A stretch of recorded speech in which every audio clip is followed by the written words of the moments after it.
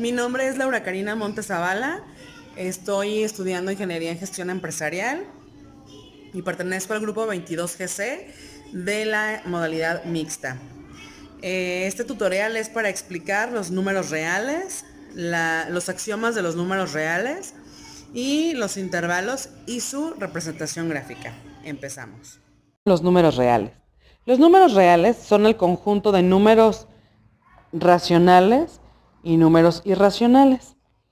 Los números racionales se dividen en tres: los enteros, las fracciones y los decimales.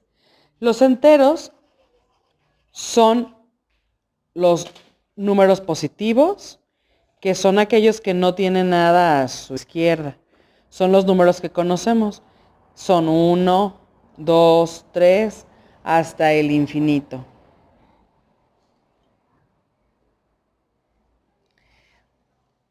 Los números negativos son aquellos que a su izquierda tienen el signo de menos. Menos 1, menos 2, hasta el menos negativo. Tenemos los números naturales, que son los números del 0 al 9. Tenemos los números pares, que son aquellos que se dividen entre 2.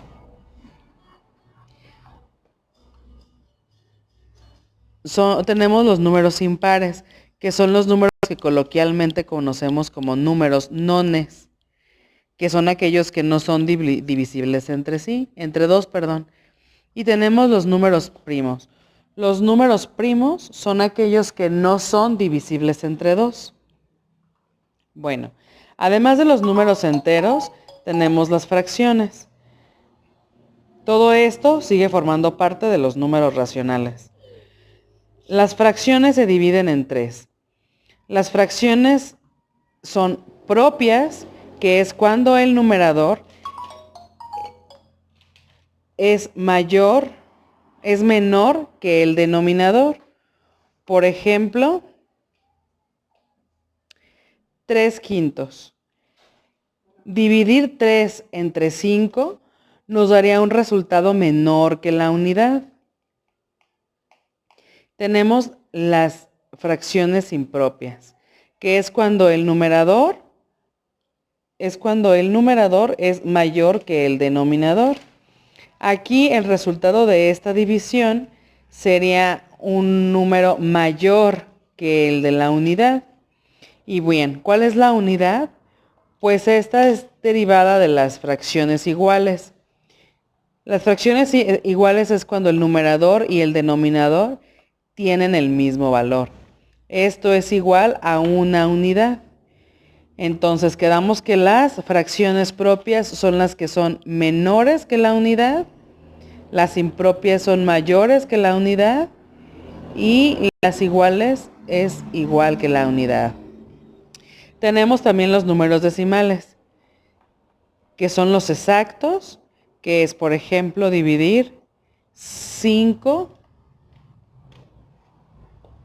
entre 2 es igual a 2.5. Este 2.5 es un decimal exacto porque no hay más. Y los decimales periódicos son aquellos que no tienen fin ni son más divisibles. Por ejemplo, 10 entre 3 es igual a 3.3333 y así sucesivamente. Estos fueron los números racionales. Se dividen en enteros, fracciones y decimales. Ahora pasamos a los números irracionales. Los números irracionales se dividen en dos. Son los algebraicos y los trascendentales.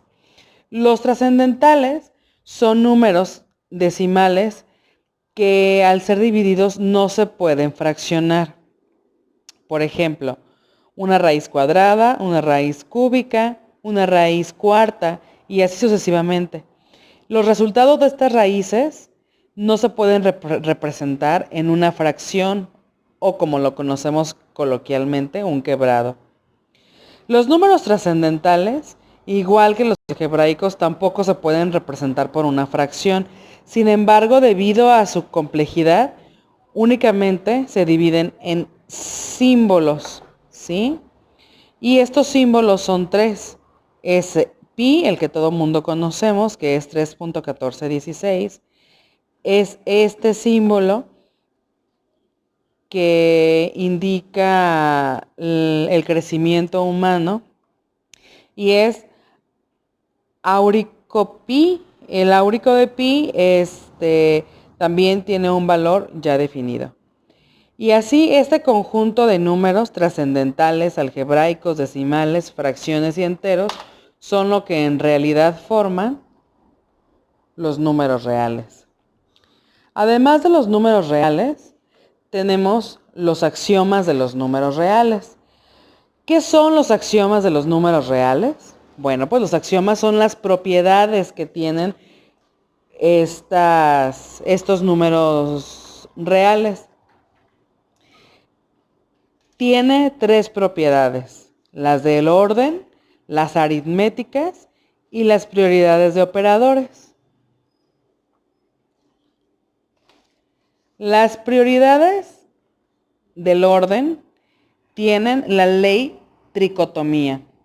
Esta ley nos dice que hay comparaciones no solo entre los números, sino entre las variables, pero de una misma operación. Por ejemplo,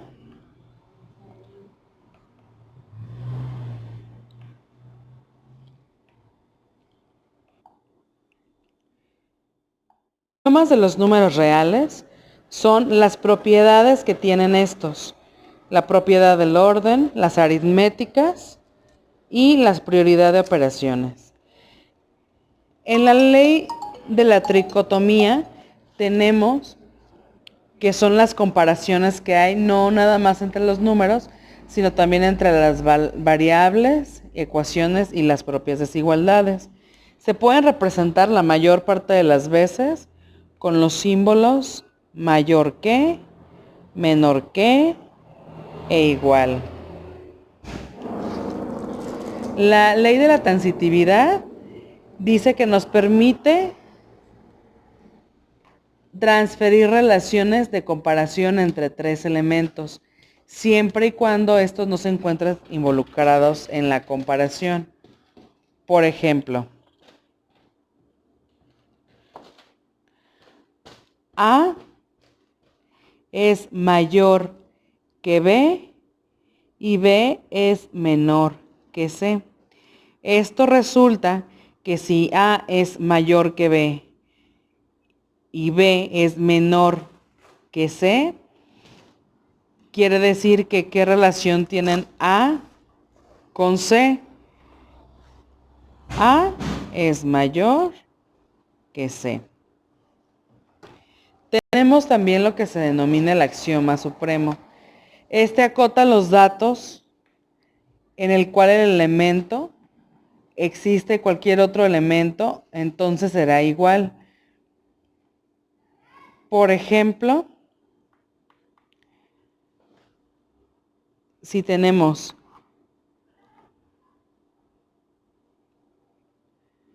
uno, 2, 3, 4 y 5, el axioma supremo debe ser el 5.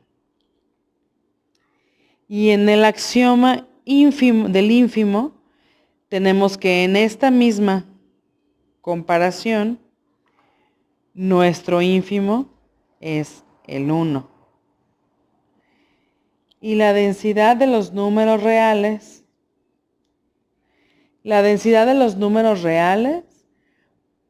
va de que entre más cercano esté el par de números reales, siempre existe un conjunto infinito de números reales entre ellos.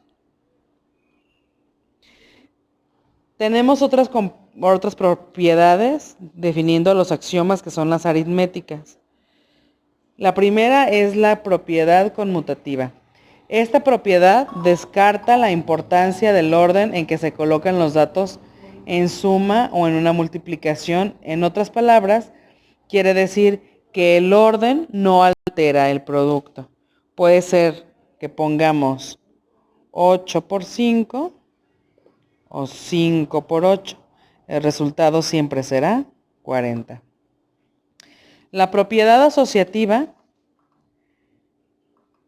es aquella que se saca ya sea sumando los factores de ser agrupados sin alterar el resultado.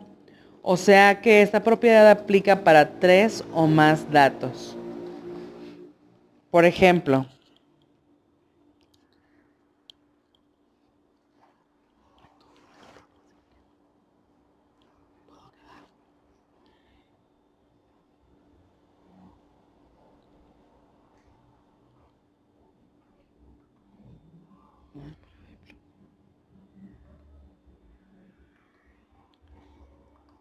A más B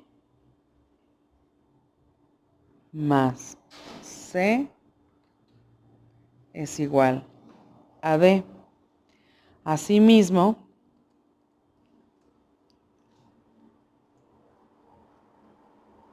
A más B más C es igual a D.